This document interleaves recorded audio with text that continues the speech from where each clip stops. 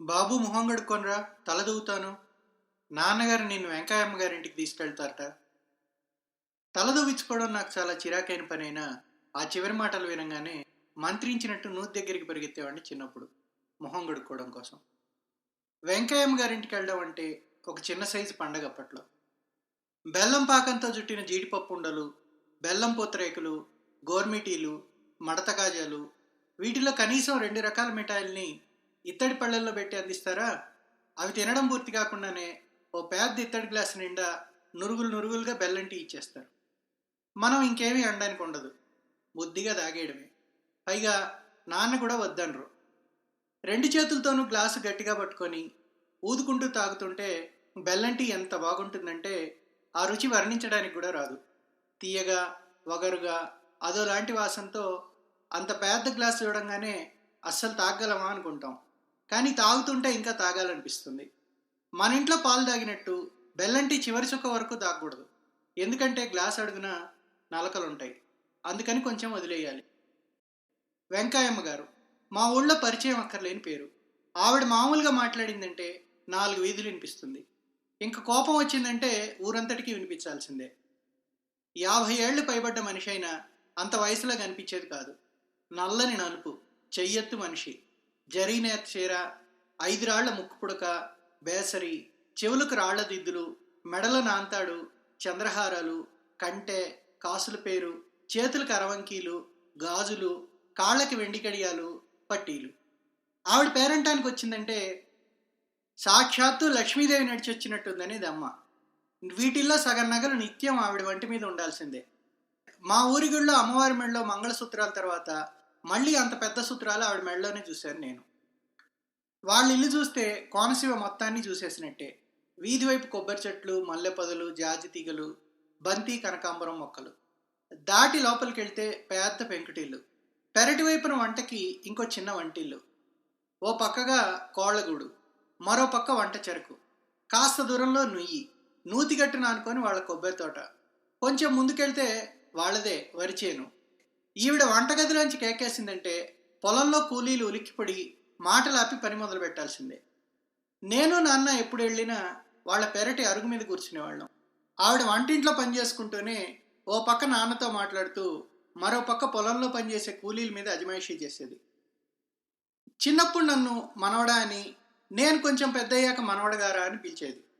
నేనేమో ఆవిడ్ని మరీ పసితనంలో వెంకాయమ్మ అని, కొంచెం జ్ఞానం వచ్చాక నానమ్మ గారు అని పిలిచేవాడిని. నాన్నని అబ్బాయి అని, అమ్మని కోడలు గారు అని అనేది. నేనంటే భలే ముద్దు ఆవిడికి. మా ఊరివాడైన నరసింహమూర్తి గారిని పెళ్లి చేసుకుని తన 12వ ఏట మా ఊరికి కాపురానికి వచ్చిందట వెంకయ్యమ్మ గారు. ఆవిడ పుట్టిల్లు మా ఊరికి 4-5 ఊళ్ళ అవతలున్న మరో పల్లెటూరు. జీడి తోటలకి, మామిడి తోటలకి ప్రసిద్ధి. కలిగినింటి ఆడపడుచు కావడంతో భూమి బంగారం బాగానే తెచ్చుకుందని మా ఇంట్లో అనుకునేవాళ్ళు. ఆవిడ వచ్చాకే నరసింహమూర్తి గారికి దశ తిరిగిందట. ఆయన స్వతహాగా అమాయకుడు, కష్టపడతాడు కానీ వ్యవహారం బొత్తిగా తెలియదు. 4 పిల్లలు బయలుదేరగానే ఇంటి పెత్తనం మొత్తం వెంకయ్యమ్మ గారు తన చేతుల్లోకి తీసుకుందిట. వాళ్ళకి 6 ఆడపిల్లలు, ఒక్కడే మగపిల్లాడు. మొదటి నుంచి ఆవిడికి ఆడపిల్లలంటే చిన్న చూపు, ఆస్తి పట్టుకుపోతారని. కొడుకంటే విపరీతమైన ప్రేమ. ఆవిడ పెత్తనం తీసుకున్నాక అప్పటి వరకు ఖాళీగా పడున్న పోరంబోకు భూమిని మెరక చేసి కొబ్బరి తోటగా మార్చింది. ఉన్న పొలానికి తోడు మరికొంత పొలం కౌలుకు తీసుకొని వరి, అపరాలు పండించడం మొదలుపెట్టింది. పాడికి పశువులు, గుడ్లకి కోళ్ళు సర్వకాలాల్లోనూ ఇంట్లో ఉండాల్సిందే. చివరి సంతానానికి నీళ్లు పాలు చూడటం అయ్యేసరికి పెద్ద కూతురు పిల్లలు పెళ్లికి ఎదిగొచ్చారు. అంత సంసారాన్ని ఈదుతూనే ఊరందరికన్నా ముందుగా తన ఇల్లంతా గచ్చు చేయించింది వెంకయ్యమ్మ గారు. ఎదవకోళ్ళు కొంపంతా నాశనం చేసి పెడుతున్నాయి, 100 తగలేసి గచ్చులు చేయించినా సుఖం లేదు అని విసుక్కుంది ఒకసారి. మరెందుకు కోళ్ళని పెంచడం, తీసేయచ్చు కదా అని నేను జ్ఞానిలా సలహా ఇచ్చాను, ఆవిడ పెట్టిన లడ్డూ గొరుక్కుంటూ. మీ మామలు వచ్చినప్పుడు కోడిగుడ్డట్టు కంచంలో వేయకపోతే మీ అత్తలు ముఖం మార్చరా నాయన, వీటిని తీసేస్తే గుడ్లు ఎక్కడి నుంచి అట్రాను అని అడిగింది ఆవిడ. మా ఆడపడుచుల చేత ఇల్లలికించారు, మా తోటికోడలు కష్టపడకూడదని గచ్చులు చేయించేశారు అత్తగారని వేళాకోళం చేసింది అమ్మ. ఊళ్ళో వాళ్ళు ఆవిడ నోటికి జడిసిన ఏదైనా అవసరం వచ్చినప్పుడు మొదట దొక్కేదే ఆవిడ గడపే. ఇంటికి వచ్చిన వాళ్ళని వట్టి చేతులతో పంపదని పేరు. అవసరం రాబట్టే కదా మన ఎత్తుక్కుంటూ వచ్చారు, మనకి మాత్రం రావా అవసరాలు అనేది ఆవిడ. పొలం పనుల రోజుల్లో వాళ్ళ ఇల్లు పెళ్లివారి ఇల్లులా ఉండేది. పెరట్లో గాడిపోయి దవ్విచ్చి పెద్ద పెద్ద గంగాళాల్లో ఉప్మా వండించేది. ఓ పెద్ద ఇత్తడి బిందెలో బెల్లంటీ మరుగుతూ ఉండేది. కడుపు నిండా ఎడతాది మారాత్ తల్లి అనుకునేవాళ్ళు కూలీలు. పని కూడా అలాగే చేయించేది. గట్టు నిలబడి అజమాయిషీ చేయడమే కాదు, అవసరమైతే చీరని గోచి దోపి పొలంలోకి దిగిపోయేది. సాయంత్రానికి కూలీ డబ్బులు చేతిలో పెట్టి పంపించేది. వాళ్ళని తిప్పుకుంటే మనకేమన్నా కలిసి వస్తుందా అంటూ. వెంకయ్యమ్మ గారికి భక్తి ఎక్కువే. కార్తీక స్నానాలకి, మాఘ స్నానాలకి సవారీ బండి కట్టించుకొని గోదావరికి బయలుదేరేది. ఎప్పుడైనా సినిమా చూస్తే అది భక్తి సినిమానే అయిండేది. ఆవిడ సవారీ బండి కట్టించిందంటే అది మా ఇంటి ముందు ఆగాల్సిందే, మేము బండిలో కూర్చోవాల్సిందే. నాన్నని నోరెత్తనిచ్చేది కాదు. ఆ అమ్మని నువ్వు ఎక్కడికి తీసుకెళ్ళక నన్ను తీసుకెళ్ళనివ్వక ఎట్టా నాయన అని గదవాయించేది. ఎప్పుడైనా నాన్న ఊరికి వెళ్ళాల్సి వచ్చి ఇంట్లో మేము ఒక్కళ్ళమే ఉండాల్సి వస్తే రాత్రులు మాకు సాయం పడుకోవడానికి వచ్చేది ఆవిడ. పనులన్నీ ముగించుకొని ఏ 10ంటికో తలుపు తట్టేది. ఉడుకు నీళ్లతో తానం చేసి వచ్చాను కోడలు గారా, మా మనవడు శవటోసన అనకుండా అనేది. అది మొదలు అమ్మ ఆవిడ అర్ధరాత్రి వరకు కష్టసుఖాలు కలబోసుకునేవాళ్ళు. నేను నిద్రపోయానని నిశ్చయం చేసుకున్నాక ఆవిడ బయటికి వెళ్ళి అట్టపగ పీల్చుకొని వచ్చేది. నాకు తెలిస్తే నవ్వుతానని ఆవిడ భయం. నాకు తెలిసినా తెలియనట్టు నటించేవాడిని. ఆవిడ సాయానికి వచ్చినప్పుడు అమ్మ నిద్రపోయేది కాదు. దొంగాడెవడైనా వెంకయ్యమ్మ గారి నగల మీద కన్నేసి ఆవిడ మా ఇంట్లో ఉండగా పట్టకపోతే ఆ పేరు ఎప్పటికీ ఉండిపోతుందని అమ్మ భయం. నాకు జ్వరం వస్తే టీ కాఫీలు తరచు ఇమ్మని చెప్పేవారు డాక్టర్ గారు. నేనేమో బామ్మ దాగే కాఫీ అయినా వెంకాయమ్మ బెల్లం టీ అయినా కావాలని గొడవ చేసేవాడిని. అమ్మకేమో అంత బాగా చేయడం వచ్చేది కాదు. ఒక్కోసారి వారం 10 రోజుల వరకు జ్వరం తగ్గేది కాదు. అలాంటప్పుడు ఖాళీ చేసుకుని నన్ను చూడ్డానికి వచ్చేది వెంకాయమ్మ గారు. వెంకాయమ్మ ఇచ్చే టీ లాంటిది కావాలని గొడవ చేస్తున్నాడు మనవడు. నాయనమ్మ గారు ఏ మందు కల్పిస్తారో మరి అనేది అమ్మ. అదేమన్నా భాగ్యమా బంగారమా నాయన, మీ చిన్నత్త చేత అంపుతానుండు అనడమే కాదు, మర్చిపోకుండా వాళ్ళ చిన్నమ్మాయికి ఇచ్చి పంపేది. ఎప్పుడు జ్వరం వచ్చినా వెంకాయమ్మ బెల్లం టీ తాగితే గానీ నీ జ్వరం తగ్గదురా అని ఏడిపించేదమ్మ. టీ ఒకటేనా, పత్యం పెట్టే రోజున వాళ్ళ పెరట్లో బీరకాయలో ఆనపకాయో ఎవరో ఒకరికి ఇచ్చి పంపేది. ఆడపిల్లలకి పెళ్ళిళ్ళు కాగానే వాళ్ళ అబ్బాయికి సంబంధాలు చూడటం మొదలుపెట్టింది వెంకయ్యమ్మ గారు. అతనికి పెద్దగా చదువు అబ్బలేదు. వ్యవసాయం పనులు గట్టు మీద నిలబడి అజమాయిషీ చేయడం కూడా అంతంత మాత్రం. వెంకయ్యమ్మ గారు బలపరిచిన ఆస్తి పుణ్యమా అని సంబంధాలు బాగానే వచ్చాయి. ఆవిడ అన్నలే పిల్లనిస్తామని ముందుకొచ్చారు. 2-3 ఆడపిల్లలను ఇంటి నుంచి కోడల్ని తెచ్చుకుంటే కొడుక్కి ముచ్చట్లు జరగవని తన తమ్ముడి ఏకైక కూతురితో కొడుకు పెళ్లికి ముహూర్తం పెట్టించింది. ఆవిడ పుట్టినూళ్ళలో పుట్టింట్లోనే కొడుకు పెళ్లి. మా ఊరి నుంచి ఎడ్ల బళ్ళు బారులు తీరాయి. కేవలం మా కోసమే ఒక సవారీ బండి ఏర్పాటు చేసింది వెంకయ్యమ్మ గారు. పెళ్లింట్లో మాకు ప్రత్యేకమైన విడిది, మాకు కావలసినవి కనుక్కోవడానికి ప్రత్యేకంగా ఒక మనిషి. అంత సందట్లోనూ ఆవిడ మమ్మల్ని మర్చిపోలేదు. మధ్యలో తనే స్వయంగా వచ్చి ఏం కావాలో కనుక్కుంది. పుట్టి బుద్ధి ఎరిగిన ఆ 10 ఏళ్లలోనూ అంతటి పెళ్లి నేను చూడలేదు. పెళ్లి కాగానే ముత్యాల పల్లకీలో ఊరేగింపు. పల్లకి మా ఊళ్ళోకి రాగానే కొడుకుని కోడల్ని మా ఇంటికి తీసుకొచ్చింది ఆవిడ. ఆవిడ కోరుకున్నట్టే అల్లుడిని బంగారంతో ముంచెత్తడమే గాక కొత్త మోటార్ సైకిల్ కొనిచ్చాడు మామగారు. మా ఊళ్ళో కొత్త మోటార్ సైకిల్ నడిపిన మొదటి వ్యక్తి వెంకయ్యమ్మ గారి అబ్బాయే. 3 బళ్ల మీద సామాను వేసుకుని కాపురానికి వచ్చింది కొత్త కోడలు. పందిరి మంచం, అద్దం బల్ల, బీరువా ఇలా అందరిలా ఊరికే ఒక లడ్డు, మైసూర్ పాకు, అరటిపండు కాకుండా సారి కూడా ఘనంగా తెచ్చుకుంది. మొత్తం 9 రకాల మిఠాయిలు. ఊరందరూ చాలా గొప్పగా చెప్పుకున్నారు. పుట్టింటికి వెళ్ళినప్పుడల్లా అన్ని మిఠాయిలు సారే తెచ్చుకునే అమ్మాయినే పెళ్లి చేసుకుంటానని అమ్మకు ఖచ్చితంగా చెప్పేశాను. నేను పొరుగురు హై స్కూల్ చదువులో పడ్డంతో వాళ్ళ ఇంటికి పెత్తనాలు తగ్గాయి. అదిగాక ఆ కొత్త కోడలంటే తెలియని బెరుకు.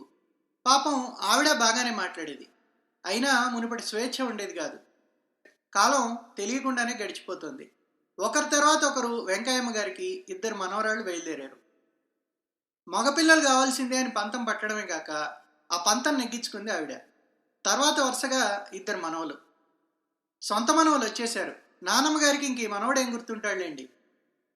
వాళ్ళ చిన్న మనవడిని చూడడానికి వెళ్ళినప్పుడు అన్నాను, ఎంత మాట అయినా నీ తర్వాత వాళ్ళే నీ తమ్ముళ్ళు అంది ఆవిడ ఆప్యాయంగా. నేను కాలేజీలో చదవడం ఆవిడికి ఎంత సంతోషమో. మీరు అన్నయ్య గారిలా చదువుకోవాలి అనేది తన మనవల్ని ఒళ్ళో కూర్చోబెట్టుకొని. వయసు పెరగడం, ఆవిడికి ఓపిక తగ్గడంతో వ్యవహారాల్లో కొడుకు జోక్యం పెరిగింది. ఆవిడ జోక్యం క్రమంగా తగ్గింది. చేతి నిండా డబ్బు ఆడుతుండడంతో అతను వ్యసనాలకు అలవాటు పడ్డాడు. ఒకటి రెండు కాదు, వ్యసనాల జాబితాలో ఉండే వ్యసనాలన్నీ అతనికి అలవడిపోయాయి. విపరీతమైన ప్రేమ కొద్దీ కొడుకు మీద ఈగను కూడా వాళ్ళనిచ్చేది కాదు వెంకయ్యమ్మ గారు. ఎక్కువ రోజులు పుట్టింట్లోనే ఉండడం మొదలుపెట్టింది ఆవిడ కోడలు. ఉద్యోగం వెతుక్కుంటూ నేను ఇల్లు విడిచిపెట్టాను. ఇంటికి రాసే ఉత్తరాల్లో మర్చిపోకుండా వెంకయ్యమ్మ గారి క్షేమం అడిగేవాడిని. జవాబులో ముక్తసరిగా ఒకటి రెండు వాక్యాలు రాసేది అమ్మ. దొరికిన ఉద్యోగం చేస్తూ మంచి ఉద్యోగం వెతుక్కునే రోజుల్లో ఇంటికి రాకపోకలే కాదు, ఉత్తర ప్రత్యుత్తరాలు తగ్గాయి. ఫలితంగా కొన్నాళ్ల పాటు ఆవిడ విషయాలేవీ తెలియలేదు నాకు. కొంచెం కుదురుకున్నాక ఊరికెళ్ళాను. 2 రోజులు సెలవు దొరికితే. వెళ్ళిన రోజు సాయంత్రం ఇంటికి వచ్చింది ఆవిడ. మనవడి గారికి నాన్నమ్మ గుర్తుందో లేదో అని వచ్చాను ఆయన అనగానే నాకు సిగ్గనిపించింది. రేపు నేనే వద్దాం అనుకుంటున్నానండి అన్నాను. ఆవిడ ఎందుకో ఇబ్బంది పడుతోందని అనిపించింది కానీ విషయం పూర్తిగా అర్థం కాలేదు. పొయ్యి మీద పాలు పొంగుతున్నాయేమో చూసిరా బాబు అంది అమ్మ. నేను అక్కడ ఉండకూడదని అర్థమై అక్కడి నుంచి మాయమయ్యాను. ఆవిడ వెళ్ళిపోయాక కూడా అమ్మెందుకో ఆ విషయం మాట్లాడడానికి పెద్దగా ఇష్టపడలేదు. వాళ్ళ పరిస్థితి ఇదివరకట్లా లేదు అంది అంతే. మళ్ళీ ఏడాది వరకు ఊరికి వెళ్ళడానికి కుదరలేదు నాకు. ఊళ్ళోకి అడుగుపెట్టగానే చిన్నప్పటి జ్ఞాపకాలతో పాటు నానమ్మ గారి బెల్లం టీ కూడా గుర్తొచ్చింది. ఈసారి మిస్ అవ్వకూడదు అనుకున్నాను. మర్నాడు మధ్యాహ్నం ప్రయాణం అయ్యాను వెంకయ్యమ్మ గారింటికి. టీ తాగెళ్ళి బాబు అంది అమ్మ. నీ టీ ఎవరికి కావాలి? నేను బెల్లం టీ తాగుతాను అని అమ్మ చెప్పేది వినిపించుకోకుండా వాళ్ళ ఇంటికి బయలుదేరాను. రండి మనవడు గారా రండి, ఆవిడ ఎప్పట్లాగే ఆహ్వానించింది. ఆవిడలోనే కాదు వాళ్ళ ఇంట్లో కూడా చాలా మార్పు కనిపిస్తోంది. పాత చీరలో మెళ్ళో పసుపు తాడుతో ఉంది ఆవిడ. నేను చూడడం గమనించి కొంగు భుజం చుట్టూ కప్పుకుంది. మనిషి బాగా వంగిపోయినా మాటలో కరుకుదనం తగ్గలేదు. నరసింహమూర్తి గారు మంచంలో ఉన్నారు. కొంచెం ఇబ్బందిగా అనిపించింది నాకు ఆ వాతావరణం. ఉద్యోగం చేస్తున్నారంటగా అబ్బాయి చెప్పాడు, జాగ్రత్త నాయన, అమ్మా నాయన జాగ్రత్త, ఆళ్ళ పేనం నీ మీదే ఉన్నది, నువ్వే దాటించాలి. ఆవిడ గొంతులో నేనెప్పుడూ వినని వైరాగ్యం. ఇది నేను ఊహించని వాతావరణం. కోడలు ఎక్కడా కనిపించలేదు. అమ్మాయి మనవడు గారు వచ్చారు, టీ టీ పనద్దారేకు, ఆరికి బెల్లం టీ అంటే ఇష్టం. అన్నేళ్ల తర్వాత కూడా ఆవిడ నా ఇష్టాన్ని గుర్తుపెట్టుకోవడం కదిలించింది నన్ను. అంతకు మించి లోపలి గదిలోంచి ఎలాంటి స్పందన రాకపోవడం ఆలోచనలో పడేసింది. అప్పుడు చూశాను వంటింటికి తాళం. పరిస్థితి పూర్తిగా అర్థమైంది. అమ్మ ఇచ్చిందండి, ఇప్పుడే తాగాను, ఇంకిప్పుడేమీ తాగలేను అన్నాను నమ్మకంగా. కాసేపు మాట్లాడి ఇంటికి వచ్చేసాను.